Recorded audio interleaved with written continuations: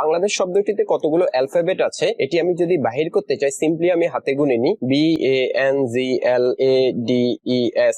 Total 10টি alphabet আছে। এই সিম্পল কাজটি আমি এক্সেলের লেন ফর্মুলা দিয়ে অটোমেটিক্যালি করতে পারি। সো লেন ফর্মুলার কাজ হচ্ছে কোনো একটি সেলের মধ্যে কতগুলো অ্যালফাবেট আছে এটি বাহির করা। শুধুমাত্র অ্যালফাবেটই না, এই লেন ফর্মুলা দিয়ে আপনি প্রিন্টেবল এবং নন প্রিন্টেবল যেমন greater than, lower than, slash, dot, hyphen, underscore, first bracket, second bracket, space, যত ধরনের আইকন আছে এই সবগুলো আইকন এই লেন ফর্মুলা দিয়ে গণনা করা পসিবল। শুধুমাত্র একটি সেলের মধ্যে কতগুলো ক্যারেক্টার আছে এবং অ্যালফাবেট আছে। সো এই কারণে আমরা বলবো লেন ফর্মুলা দিয়ে কোন একটি সেলের শুধুমাত্র অ্যালফাবেট না, শুধুমাত্র ক্যারেক্টার না, কতগুলো স্ট্রিং আছে এই স্ট্রিং গুলোই গণনা করা এই লেন ফর্মুলার কাজ। সো চলুন এই সিম্পল ফর্মুলাটি আমরা দেখিনি কিভাবে ফর্মুলা অ্যাপ্লাই করতে হয়।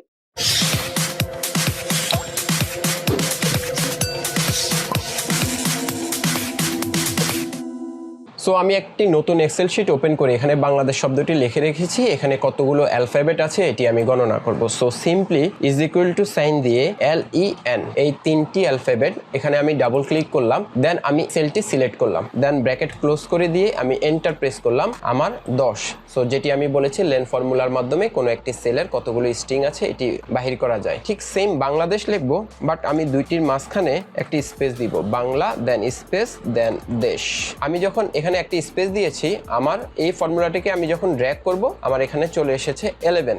দ্যাট মিনস এই স্পেস এইটিকেও লেন ফর্মুলা গণনা করেছে। সো আমরা আরেকটু দেখি, আমি এখানে কিছু স্ট্রিং কপি করে রেখেছিলাম, এগুলোকে আমি এখান থেকে নিয়ে আসি। তো এখানে আমার কিছু আইকন আছে। তো আমি যখন এই ফর্মুলাটিকে যখন ড্র্যাগ করব এখানে আমাকে দেখাচ্ছে 21। সো আপনারা এখানে দেখতে পাচ্ছেন যে এই ফর্মুলাগুলো কোন সেলের সাথে রেফারেন্স করা আছে সেটিও এখানের মধ্যে শো করছে। সো এই লেন ফর্মুলা দিয়ে আমি স্পেস, ক্যারেক্টার, আইকন যে কোনো কিছু গণনা করা পসিবল।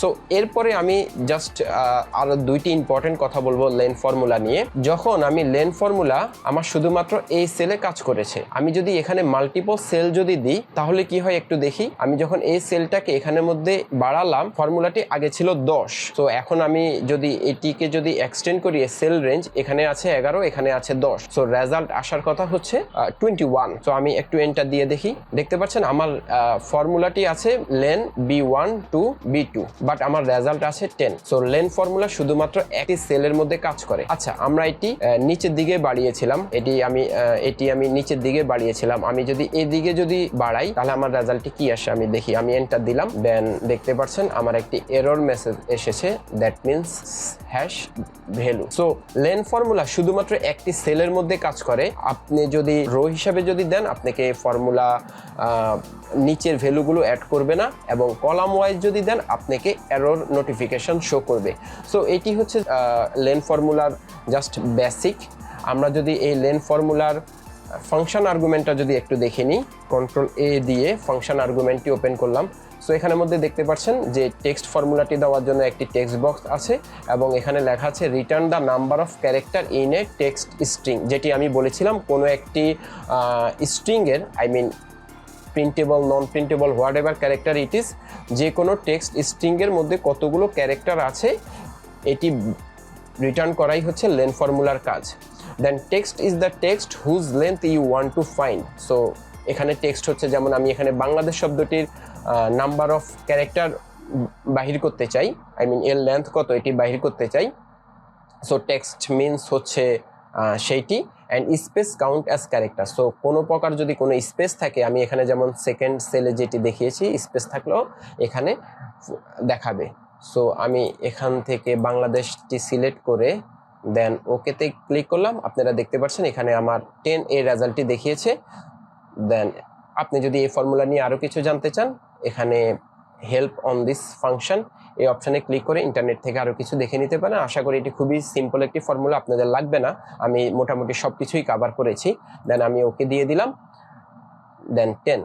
সো আমরা দেখে নিলাম ফাংশন আর্গুমেন্টটি। এখন আমরা দেখব কোনো একটি সেল যদি ব্ল্যাঙ্ক থাকে সেক্ষেত্রে আমাদেরকে লেন ফর্মুলা কি রেজাল্ট দেখায়। যেমন আমার এই সেলটি ব্ল্যাঙ্ক আছে, আমি যদি এই অবস্থায় এই সেলকে ড্র্যাগ করি, দেন আমাদের ফর্মুলাটি B4 এর সাথে লিঙ্ক হয়ে যাবে।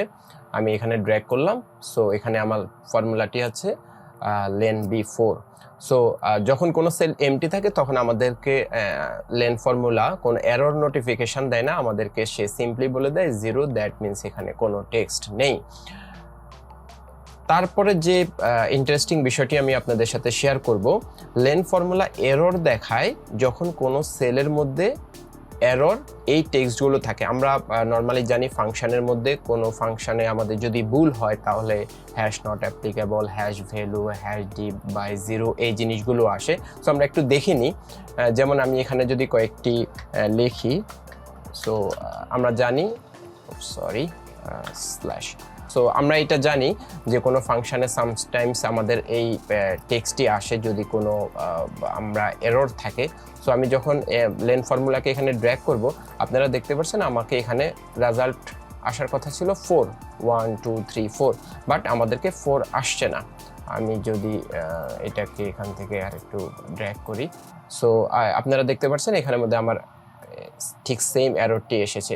আমি যদি অন্যান্য এররগুলো যদি এখানে যদি লিখি, আমি আমার এক জায়গা থেকে কপি পেস্ট করে নিয়ে আসলাম, দেন আমি এই ফর্মুলাগুলোকে যদি ড্র্যাগ করি লেন ফর্মুলাকে, সো আপনারা দেখতে পাচ্ছেন এটি just simple text hash N slash A. So এটি কোনো ফাংশন থেকে আসেনি, আমি জাস্ট একটি টেক্সট এখানে ইনপুট হিসেবে লিখেছিলাম, বাট আমি যখন লেন ফর্মুলা অ্যাপ্লাই করেছি আপনারা দেখতে পাচ্ছেন এখানে এরর নোটিফিকেশান এসেছে, যেখানে দেওয়া উচিত ছিল যে এখানে কয়টি ক্যারেক্টার আছে। সো এই বিষয়টি খুবই ইন্টারেস্টিং, যখনই কোনো সেলের মধ্যে ফাংশন এররগুলো থাকবে সেক্ষেত্রে আমাদেরকে লেন ফর্মুলা এরর দেখাবে। সো দেখতে পাচ্ছেন লেন ফর্মুলা খুবই সিম্পল, আমি মোটামুটি সবগুলো কভার করেছি। এক্সেলে এর ডিরেক্ট ব্যবহার যে খুব আছে আমি তা বলবো না, বাট এর ইনডিরেক্ট অনেক ব্যবহার আছে। লাইক কোনো একটি নেইমের যদি ফার্স্ট নেম এবং লাস্ট নেম সেপারেট করতে চান, লাইক আমি যদি আমার নামের কথা ধরি, লাইক মহসিন ভুঁইয়ান, মহসিনকে একটি সেলে এবং ভুঁইয়ানকে আরেকটি সেলে যদি সেপারেট করতে চান সেক্ষেত্রে লেন ফর্মুলাটি ইউজ করতে হয় as a nested formula. So যখনই আমি কোনো ভিডিও আপলোড করব লেন ফর্মুলা রিলেটেড, ওই ভিডিওর লিঙ্কগুলো আমি ডিসক্রিপশানে দিয়ে দিব, অলওয়েজ ভিডিও ডিসক্রিপশনটি আপনারা চেক করবেন। So see you in next tutorial with any interesting formula. So till then, bye bye, ভালো থাকবেন।